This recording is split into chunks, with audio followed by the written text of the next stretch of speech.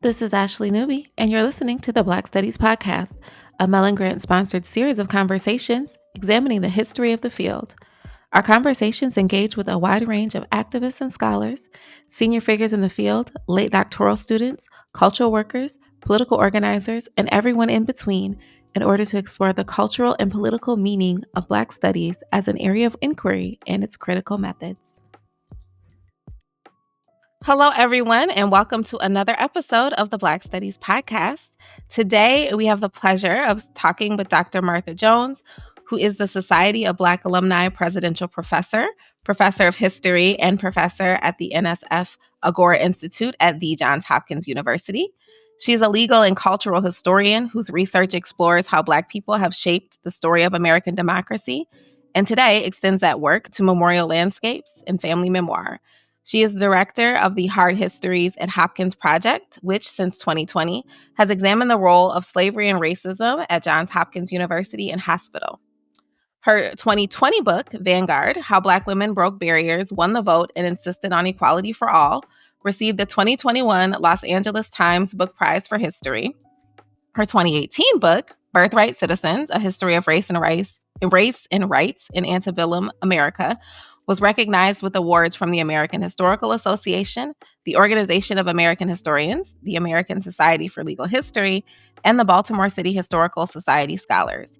She is also the author of All Bound Up Together, The Woman Question in African American Public Culture, 1830 to 1900, and co-editor of Toward an Intellectual History of Black Women, together with many articles, reviews, and essays. As a public historian, Dr. Jones has written for the New York Times, the Washington Post, The Atlantic, USA Today, Public Books, Talking Points Memo, Politico, The Chronicle of Higher Education, and Time. She's also been an expert consultant for museums, film, and video productions with the Obama Presidential Center, Monument Lab, the Smithsonian's National Portrait Gallery, and National Museum of African American History and Culture, PBS American Experience, the Southern Poverty Law Center, Netflix, and Arte. Her forthcoming book in 2025, The Trouble of Color, an American Family Memoir, is a meditation on the most fundamental matters of identity, belonging, and family. Thank you so much for being with us today, Dr. Jones. How are you? I am fine. Thank you very much for having me. Well, we can dive right in. So how did you come to Black Studies? I know that's mentioned in the book. But would you like to elaborate on that a little bit? I would. I still have on my bookshelves in my office the textbooks that we used back in the day. In my case, in fall of 1976, when I went to college, Black Studies, where I was at SUNY New Paltz, was like it was in many places in its first, insurgent wave, taught by, young radical professors, and it was extraordinarily exciting. But I look back on my shelf and I see those early Black sociologists and scholars of literature, historians, and more. It's a reminder of how long we have been at this work, which is now we can say generations, really. Mm-hmm. What interested you in taking that Black Studies course? I was someone who was largely raised, or at least largely went to school in a predominantly white suburb of New York City, where we felt very keenly, the remarkable politics of the 1950s and 60s and into the 1970s, but rarely encountered the companion work, scholarly work on the subjects in the classroom. So by the time I get to college in the fall of 1976, I'm hungry in a way, right, for learning that will help me to understand the times we had lived through and the times that were in front of us in those years. And I felt sure that there was no place like a Black Studies classroom for really learning what I needed to know. And so I signed up immediately to be a Black Studies minor that fall, and it turns out it set me on a long journey.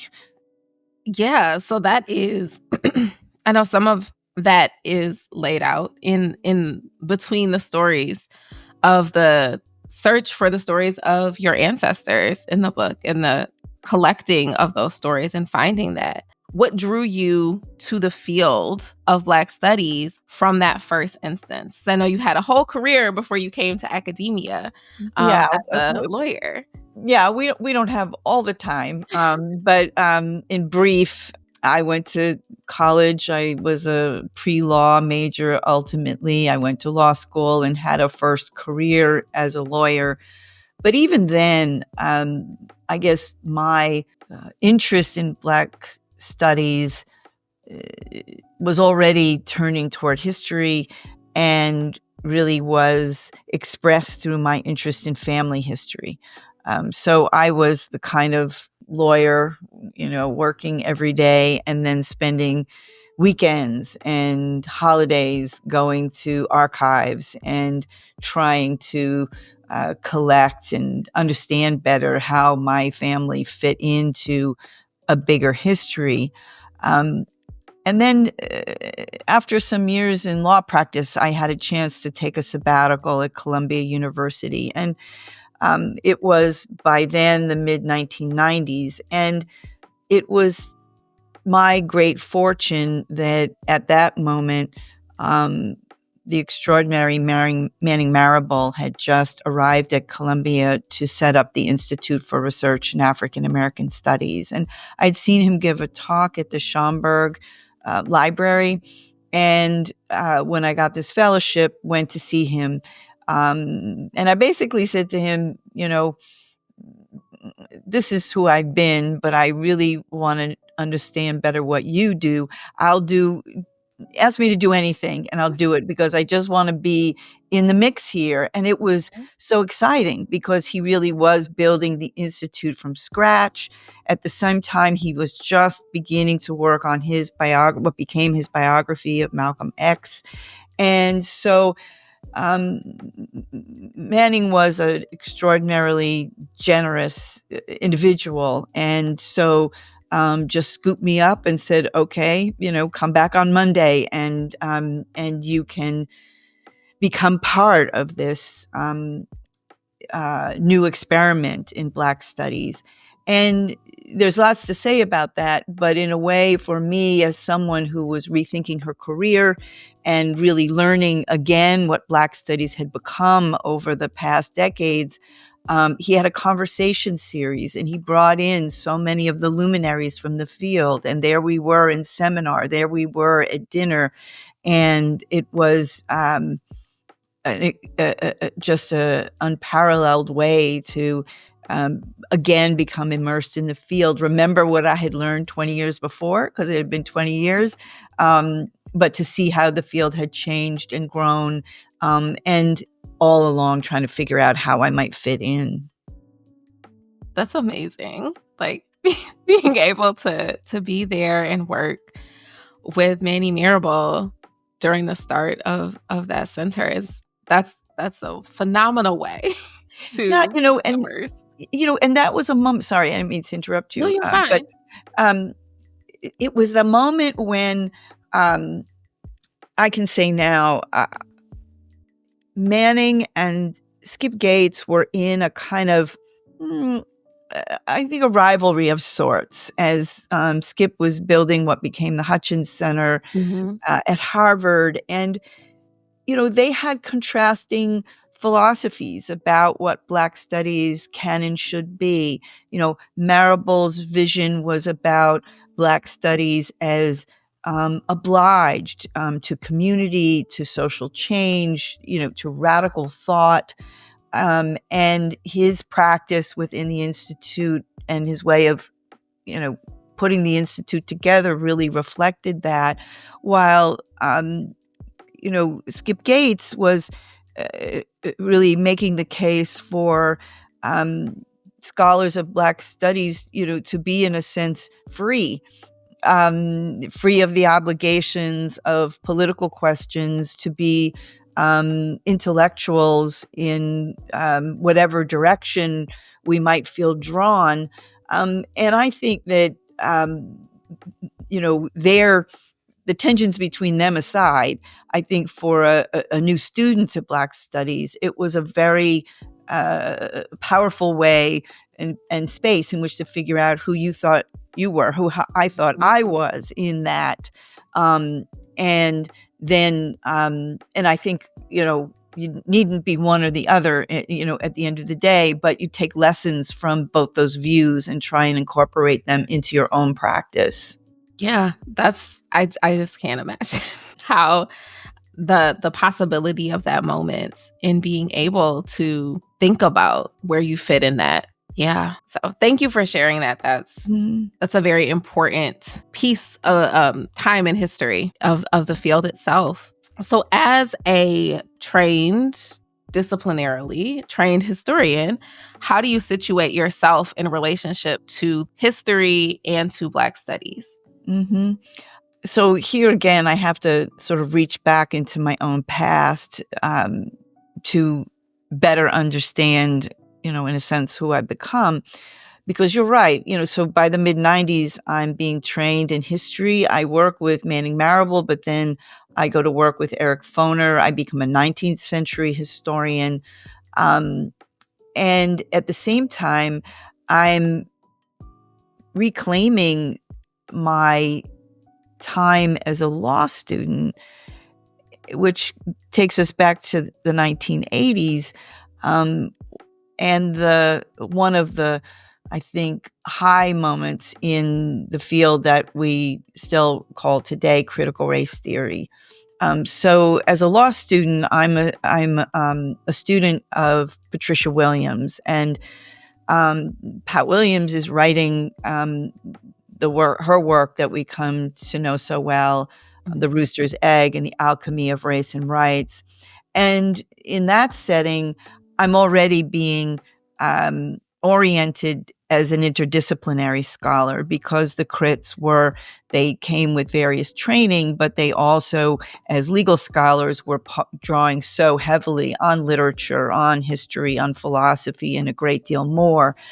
So as I'm working on my PhD in history, I'm also reclaiming that and recognizing that my way of thinking about how to ask questions, how to answer them, how to orient my own work is very influenced by that early interdisciplinary experience with critical race theory. And that feels very compatible with Black studies, because it is a space in which I'm, yes, hearing from, I remember, a dinner where I sat next to Tara Hunter, and I was just, I almost breathless, right? So I met and Marable and others who were, themselves, trained as historians, but there were sociologists and anthropologists and scholars of literature.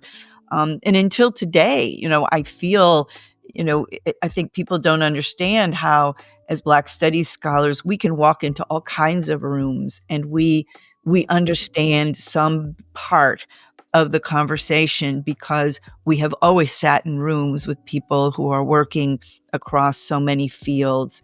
So, so part of what I'm doing while I'm getting my history degree, in short, is also reclaiming my intellectual identity as a legal scholar, and feeling very at home in Black studies. That makes me think of so that the interdisciplinary background that you have and the way in which all of these experiences and trainings are coming together as you're working on your PhD. You also talk in the book about how the book itself it's interdisciplinary in the way that you wrote it. Right? You're drawing on things that are beyond the scope of traditional historical methods in order to compose it and put together this story and retell some stories that you have heard before, but yeah, you're retelling them, remaking, reshaping. Do you want to speak a little bit about how vital that interdisciplinary work is to this family memoir that you have created? Yeah.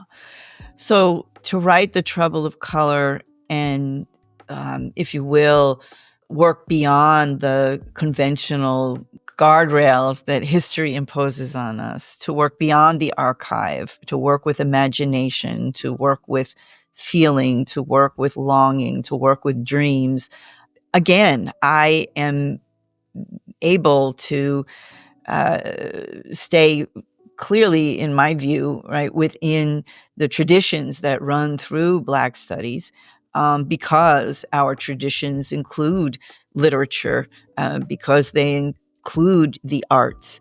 And I am turning very deliberately, to poets like Damaris Hill and memoirists like Natasha Trethewey, and many others, countless others, right, who have always shown us the way in which a kind of knowing, a kind of truth, a kind of insight must essentially, in a way, be had Mhm. through these other ways of thinking and writing. And so I'm trying to join them in a way.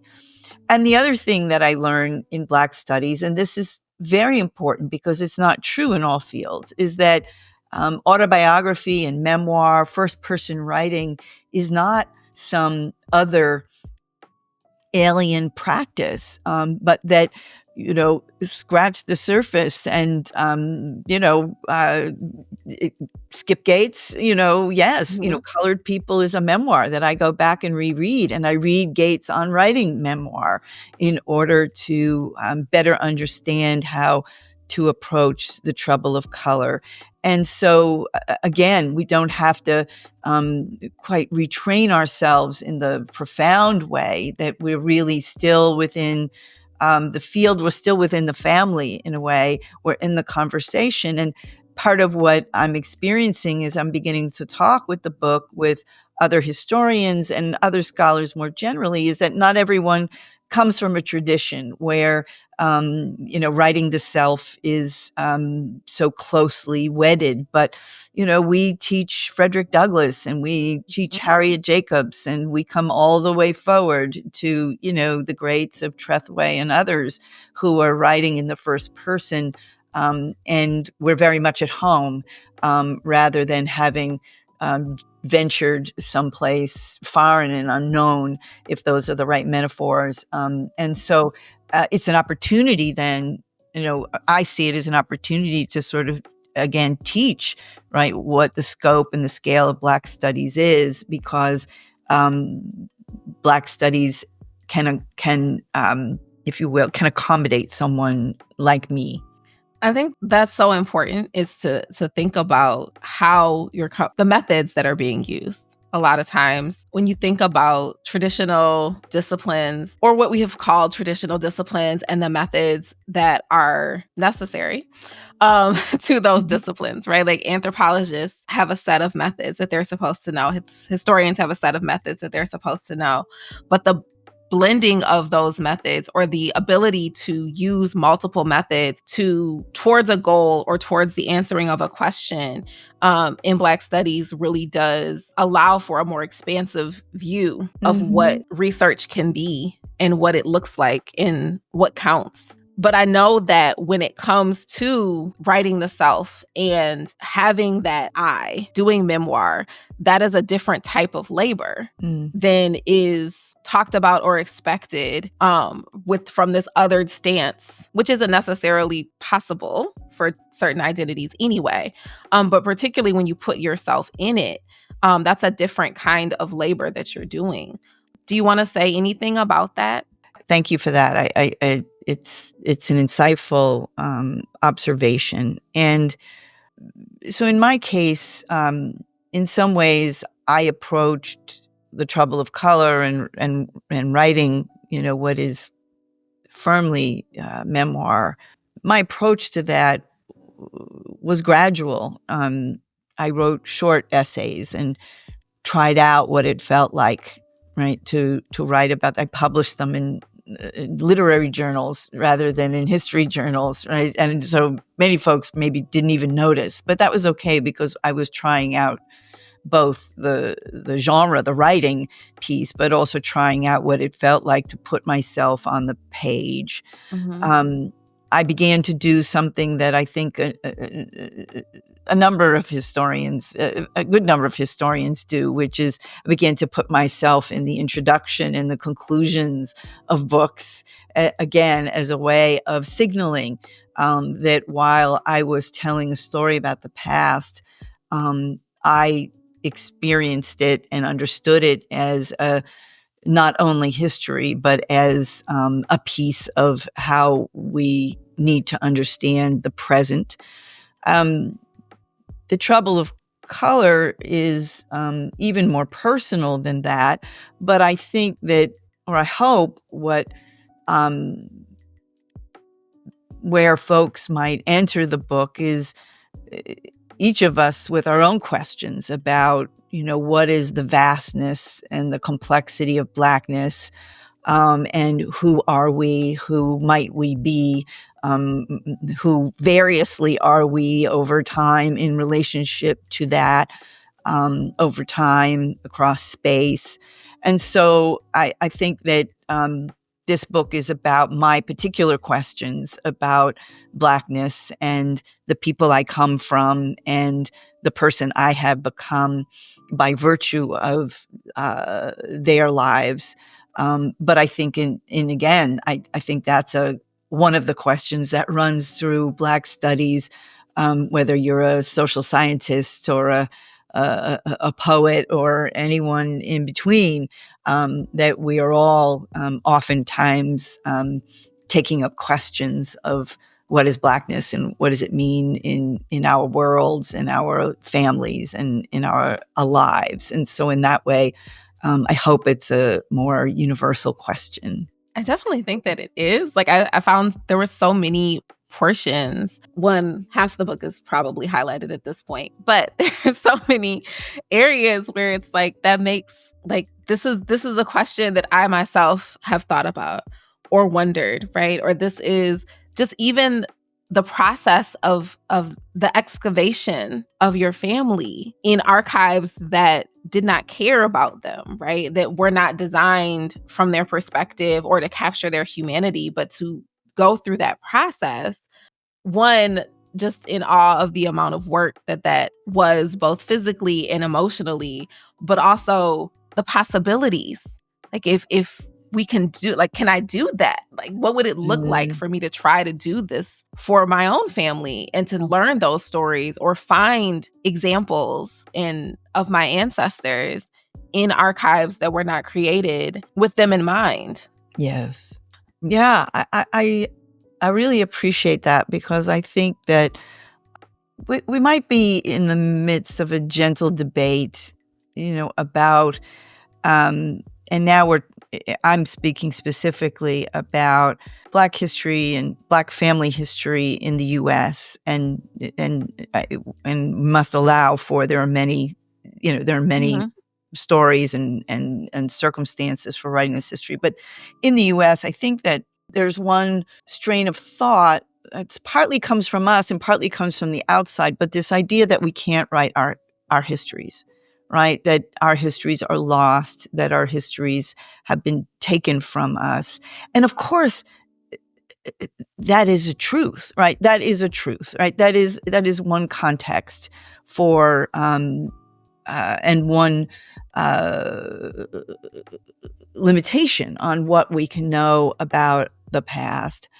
Um, but I'm an archive rat, and you can I think it I hope it comes across in this book, that I am pretty dogged when it comes to the archive. And I had more luck than I ever imagined I would in the archive, um, when looking for my own family. And it was important to me because it was a rethinking of the assumption that there was nothing there, that there was nothing to find, particularly, of course, before 1865, before slavery's abolition. Um, And while there's a great deal I could not know, and questions I couldn't answer, people I couldn't find, I found enough, that I began to believe that I could not only know these ancestors better, but I could understand their influence on me and how they are really manifest. Not only this book is about skin and about skin color, that's sort of the thread that runs through all of the stories, but really it is about how they, as humans, navigate a world that is fractured and privileging and troubled by color in every generation. That really what runs through me also are their ways of, some of them admirable, some of them not so admirable, but all the ways in which they wrestle with that question, are still running through me in my own life. But the point really is that there was more I could learn than I ever imagined, and I hope that the book is not a promise to other people that they will find the sort of things that I was able to find, but it is a promise or an affirmation that that quest is worth undertaking, and that we will be disappointed, right? The archive will disappoint us, but it also may give up to us, just the small things that let us see ourselves much more clearly. And I really went into this book trying to understand who I was and how I fit in the world as someone who looks like I do. And I know we're in sound, so people have to Google me and see what I look like. But so we'll give folks a moment to Google while they're listening. But really, the real gift was recognizing that they were very much with me and running through me, and that quest is one that can be and should be honored. Absolutely. I think that is one of the things that comes across so much. And you just said it. It's like this, it speaks back to the assumption that we can't know. And even if we can't know everything, we can know some things. And it also is, as you said, an affirmation of like, this is a question or a quest that is worth going on, even if you don't get to know everything. Because there are some things that you may find out, and those things will resonate with you in a way that you probably could not have imagined.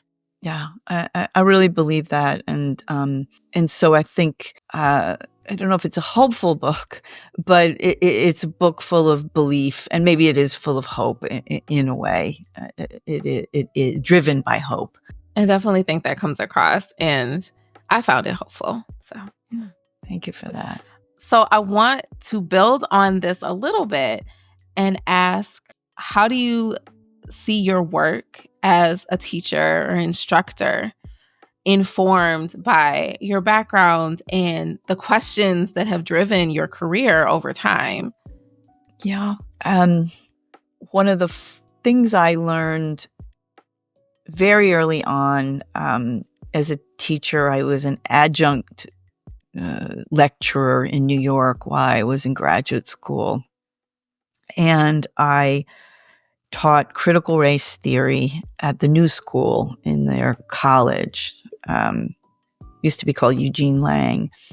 And my first semester teaching, a few weeks in, my students were wonderful. And one whom I really, really enjoyed stopped me in the middle of seminar and said,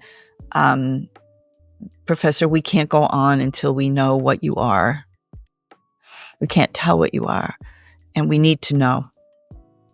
And, we went back and forth, and it was a very interesting moment. But in that moment, and then in many moments subsequent, what I learned was not just that students had questions about me, that they have questions about all of us, and they are observing us, and it matters to them who we are for um, how they receive what we teach, how they interpret what we teach, and we might resist that in our minds, and we might resist that at the podium and more. But I learned that I was going to be a part of the lesson oftentimes, particularly as a Black Studies scholar, right? That I was going to be part of the lesson. And I could resist that, and I could resent that, and I could be made very uncomfortable in some moments by that. But that maybe there was a lesson for me too in the kinds of questions that my students have about me. And if pedagogically I'm thoughtful and I embrace that in a way, I have an opportunity to really go interesting places with my students because they open a door to reflections not only about me, but reflections about themselves, and making that a part of the purpose in what we do. Um, so I know that that's I think that I was very much raised intellectually by Black feminist historians like Elsa Barkley Brown in particular, but others, too, Darlene Clark Hine and others who I know importantly cautioned us to protect ourselves and to shield ourselves from the kind of scrutiny um, and critique and more that our bodies invite. Um, and I've never forgotten that. And at the same time, because I am so regularly, like clockwork, um, uh, confronted by students who need to know more about me, I've grown accustomed, if not, less uncomfortable with those kinds of encounters. I prefer them from students and in the classroom to a version of those encounters that happens when I'm standing at a podium or in a public place. And then I think, folks really shouldn't be sort of calling out how we appear and how they read our bodies in a public space. That's me. But the classroom is a teaching place, and it turns out we're part of the lesson. Yeah, I appreciate you sharing that, because I do think that that's an important point to be shared and told and considered. And as you said, like this juxtaposition between that confrontation that you have continually faced with the training of, protecting yourself, and yeah, what that looks like when that is something that has continually come up, I think that is a very insightful and important point to make. I also I don't know. I sometimes in general, like I'm sometimes surprised by some of the other things that I hear students having said or done or asked, just coming from, like, I don't think that I would have ever asked a professor that, Mm-hmm. Um, Yeah, I think that's right. I mean, maybe we were raised similarly enough, right? That it would never occur to me to ask a teacher or a professor much about themselves at all, unless really I was invited to, and mhm. in some kind of setting. But if we expand Black studies, as I would like to include, for example, our colleagues in journalism, I'll say that one of my teachers on this was Michelle Norris, who some people know from her many years as an NPR anchor, but more recently as the head of the Race Card Project. And Michelle wrote a memoir called The Grace of Silence some years ago. And I asked her why memoir, because she was at work on this interrogation of America and race. And she said, once you tell your own story, at least for her, she became, if not fearless, um, emboldened. She said, once I told the story, no one else could tell the story on me. Right? There was no more for anyone else to say. And I really took that to heart. And Michelle is extraordinarily courageous because in the Race Card Project, she appears, I've seen her in audiences of thousands where she stands on a stage and invites people to come to an open microphone and share 6 words about race. And there is no screening, there is no prerequisite. These are not groups that have been handpicked. She has invited for years Americans of every stripe, as we say, to share their ideas about race. And not all of those ideas are, laudable or beautiful or kind. And her courage, as I understand it, comes in part, right, from putting her own story and her family's story out there, and feeling like no one can come. There's nothing anybody can say when they come to the microphone that you haven't heard, that you don't know, that you haven't engaged and encountered and thought with for yourself. And so while I don't think I have the sort of courage, and she is a journalist, right, with a certain kind of curiosity that I think historians, we're very curious in the archive. I'm less curious with people face to face. But I think there's a lesson for us all there, right? In my case, I think letting go of shame. Right. And one way to let go of shame is to tell your story, let it become part of who you are, not only within yourself, but in the world. And there's something transformative, I think, for some of us in that very public kind of telling. Thank you. There's a lot there that I'll be thinking about for a long time. I know that it is the end of the semester and I do want to be respectful of your time. So I want to ask you 2 more questions and then talk a little bit more about the book, and then we can close for today. Sure. And maybe I think that you've spoken to this question a little bit already, but what interests you most about the past of Black Studies, and whether that's what excited you most about that history that drew you to it, or what you saw as gaps that needed to be addressed and filled? One of the things I love about Black Studies and try and bring my students in on is that we have been asking questions and discovering answers to those questions for a very long time. Mm-hmm. For a very long time. That I love to ask my students to go back and read the Journal of Negro History, to go back, right, to the early days of Carter Woodson and his cohort of scholars who were filling the pages of that journal with so much that we might mistakenly think are questions we invented in the 21st century. And I love that because I think it's a lesson in how scholarship works and how, each generation often does come back to questions that have been asked before. They're worth asking again because we have new theories, we have new methods, we have new archives.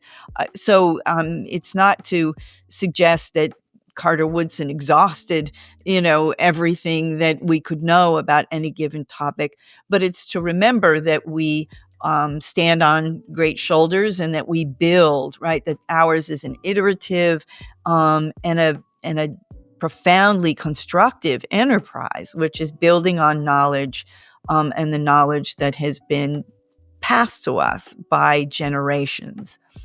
But of course, all of that is also a an important, I think, refutation, right, of some of the fundamental tenets of anti-Black racism, right? The notion that we don't have ideas and we don't have an intellectual culture, that maybe we don't even have a past. And so even for folks who are not my students of Black history, I want to teach them about Carter Woodson and the Journal of Negro History and a great deal more.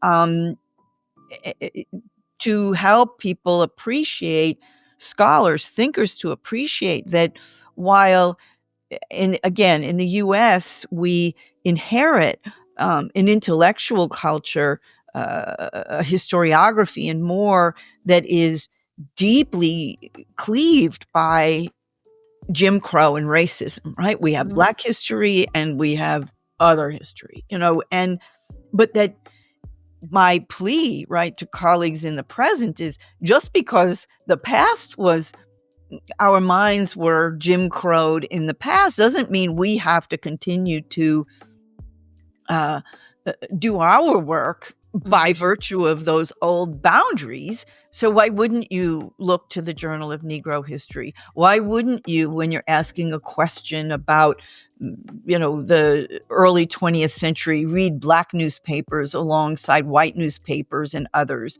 and so for everyone, right, there is this, I think, still a live project in throwing off the vestiges of Jim Crow, because they show up in who we read and what we read and the archives we look for and the archives we never look at.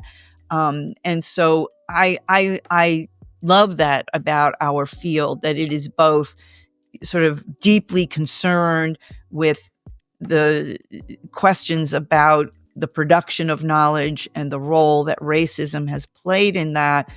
And it is also a testament to who we've always been, and what a privilege, right, to be able to put that on the table and insist that others think with us, and not just think about us. That was really beautifully put. Insisting that others think with us and not just about us. Which, it's not easy, right? No, it's not easy. And I actually think that could be the answer to the last question I'm going to ask you. Sure. Which is, what excites you most about the future? Or what questions do you think are exciting to pursue in the field moving forward?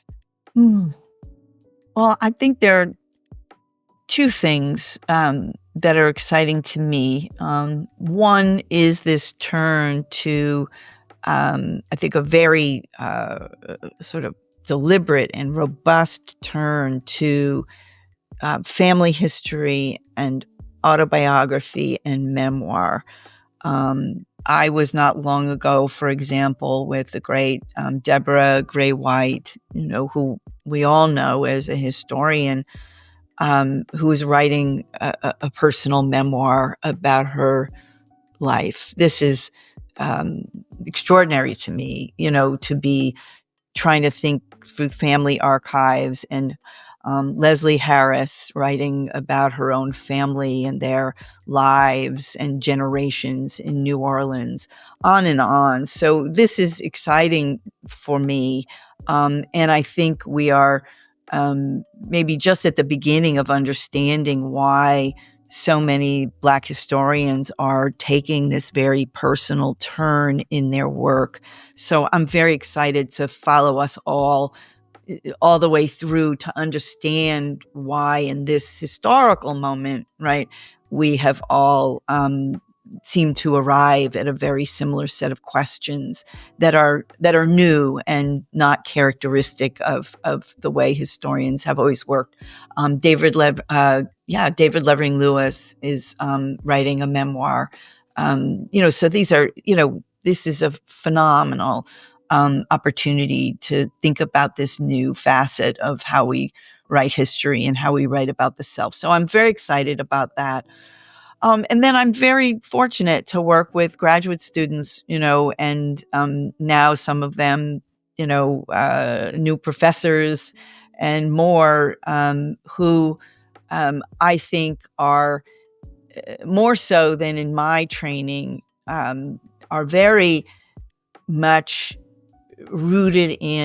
steeped in thinking with some great theoretical works, and I think further challenging challenging the boundaries that function in Black studies. And so I teach here at Johns Hopkins. We have a graduate seminar called The Black World, an invention, I must say, of my colleague Jessica Marie Johnson, Dr. Jessica Marie Johnson, along with Dr. Nathan Connolly. They were really the initiators of this term, but we all take a semester to do our version of the Black World. And I show up for Black World because there are things I want to teach, and then there are things I want to learn and read. And so that is very much the reciprocity of working with graduate students, is that they are bringing materials to the seminar that I need to read. We just finished the semester with James Baldwin, and I had read Baldwin on my own before, but I'd never read Baldwin in seminar, and I'd never read Baldwin in Paris, Baldwin in Turkey, Giovanni's Room. And these are really, it's just opening up whole vaults of Black studies. And so often in teaching and in community with students is our chance to really expand in that way. So these are the things that get me up in the morning, that keep me up at night in a good way, keep me reading, keep me writing. And I'm incredibly grateful to our community here at Johns Hopkins for that. Yeah, I've heard a lot about the Atlantic World seminars, and they do sound phenomenal. So I appreciate the secondary conversations that I get to have with my sister about them. So your book is out in March. Yes, March 4th. March 4th, which is actually my daughter's birthday. Lovely. But is there anything else you would like to say about the book, about your experience writing the book, or your hopes for where it goes? Yeah, thank you. I'm someone who for a long time has been a follower and reader of, on the one hand, the fiction of folks like Danzy Senna, Matt Johnson, and others who have given us the space and the material to think about Blackness and color and more. And for a long time, I thought I would stay there. It's a safer place, isn't it? Literature is the place where we get to imagine and immerse ourselves in many sorts of things, but with a kind of privacy and a kind of insulation, right, from how fraught those things can be. And at the same time, I was very emboldened by the work of historians, in particular, the great Adele Logan Alexander, whose first book, Ambiguous Lives, I think still is on the reading list for many graduate students, particularly when you're looking at 19th century Black history. But, Adele Logan Alexander has always written through the family archive, and has invited us to think about family, about color, and more in her own way. So that's the thing I want to say, is that while this is a very personal book and it's a departure for me, I do see it as, very much building on many threads that animate Black studies. And I hope, my hope for it is that it helps us to be seen and to see each other. The hardest thing about the book was truly to stay with the material and with the writing long enough to love everybody in the book. Folks who behave and folks who don't behave, folks who, you want to be like, and folks you will never be like, to learn to love us. Mhm. And and I hope that it is, in that sense, a book that embraces all of us and acknowledges um, that love, but also the wounds that have to be tended to in order for us to love ourselves and to love one another. So I don't mean to sound too sentimental or sappy, but I do think that we know, that this world brings out many facets of who we are, including those that are, are sharp and jagged and wounding. And for me, I wanted to write a book that required me to do some healing and to invite others in on one version of what that can look like in a family story. Well, I think that you accomplished that and more. I definitely, honestly, it's a phenomenal book. And I truly hope that it gets picked up by history departments and Black studies departments, and even just writing. I have a background in writing and composition. I think that it's a really good piece of writing, and really thinking about what it means to write the self and write the family, which is related to, but not necessarily the same thing, right? Mhm. And what that can look like. I think it's a really great example of that. So thank Thank you. you.